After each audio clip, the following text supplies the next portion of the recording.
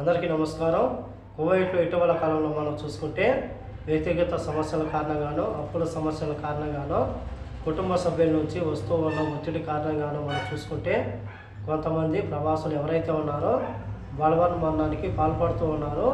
దయచేసి కుటుంబ సమస్యలు ఉన్నా సరే, అప్పుల సమస్యలు ఉన్నా సరే, ఏ ఇతర సమస్యలు ఉన్నా సరే ఇలా ఆత్మహత్య చేసుకోవద్దని చెప్పేసి కువైట్లో ఉన్న ప్రతి ఒక్కరిని కోరుతూ ఉన్నాను. అలాగే కువైట్లో ఉన్న భారతీయులైనా సరే, ఇతర దేశాలకు సంబంధించిన ప్రవాసులు ఎవరైతే ఉన్నారో అందరూ జాగ్రత్తగా ఉండాలని కోరుకుంటూ ఉన్నాను.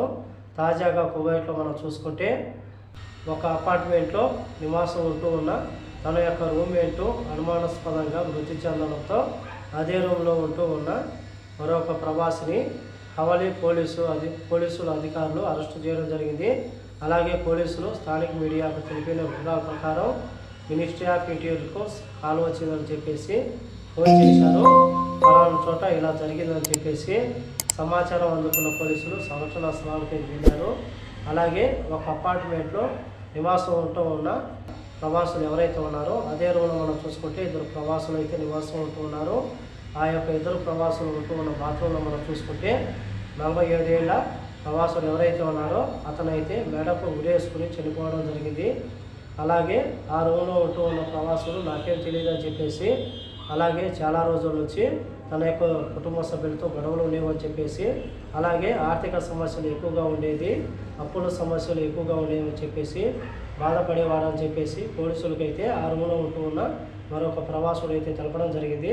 నేరపూరిత అనుమానాలు ఏమైనా ఉన్నాయా కోణంలో పోలీసులు దర్యాప్తు చేస్తున్నారు. ప్రస్తుతానికి అతన్ని అదుపులోకి తీసుకుని విచారణ చేస్తున్నారు.